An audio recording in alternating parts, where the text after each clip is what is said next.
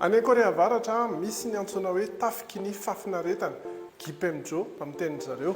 Tafika anankiray izay misy tovovavy 2 ny asan'izy ireo dia manome fafinaretana ny filoha Kim Jong-un sy ny olona ambony ao anatin'ny fitondrana. Ity resaka iray hoentina aminareo ity kosa dia avy amin'ireo olona izay nitsoaka avy ao Korea Avaratra. Iray amin'izany i Mi Yong izay nilaza fa tao anatin'io tafika io nandritry ny 2 taona talohan'ny tsoahany taty Korea Atsimo. Dia mbola manamafy an'io resaka io ihany koa ny mpahandro sakafo ny filoha Kim Jong-un teo aloha ary nitsoaka ihany koa. Mizara telo ireo mpikambana ao anatin'ity tafiky ny fafinaretana ity.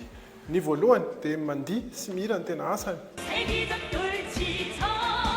Ny faharoa natao hikarakara ny fahasalamana indrindra amin'ny fanaovana massage ary ny asany fahatelo dia ny manome fafinaretana ara-nofo. 2 taona hatramin'ny 10 taona no hijanona ny vehivavy anankiray ao anatin'io tafika io. Rehefa vita izay dia misolo izy. Misy iraka manokana alefan'ny fanjakana hijery an'ireo tovovavy tsara tarehy manerana ny Korea.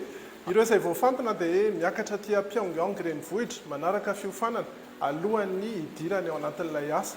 Manomboka 15 taona dia efa mety voafantina ao anatin'ity tafika manokana ity ary izay voafantina dia tsy afaka mandahy. Mandray karama kosa ireo vehivavy ireo. Ny fianakaviany ihany koa dia mandray tamin'ny karama.